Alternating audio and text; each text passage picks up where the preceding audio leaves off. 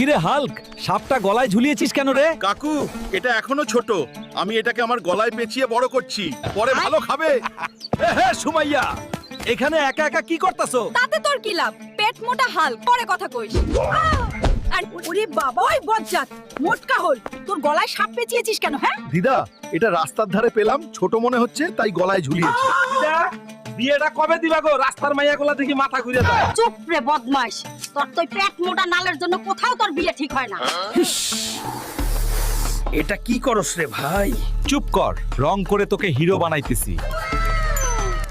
Hulk রে, সুমাইয়া, ওগো বাড়িতে বিশাল অ্যানাকোন্ডা সাপ আইছে। চলো কাকু, আজকে সাপ ধরমু, কালকে বিয়া করমু। কাকু, আজকে সুমাইয়ারে বিয়া করার বড় চান্স, হারাইলে শেষ। কেউ আমাদের বাঁচাও, কেউ কিছু করো। কিছু করো। হাল্ক, এটা কালারিং করবি না?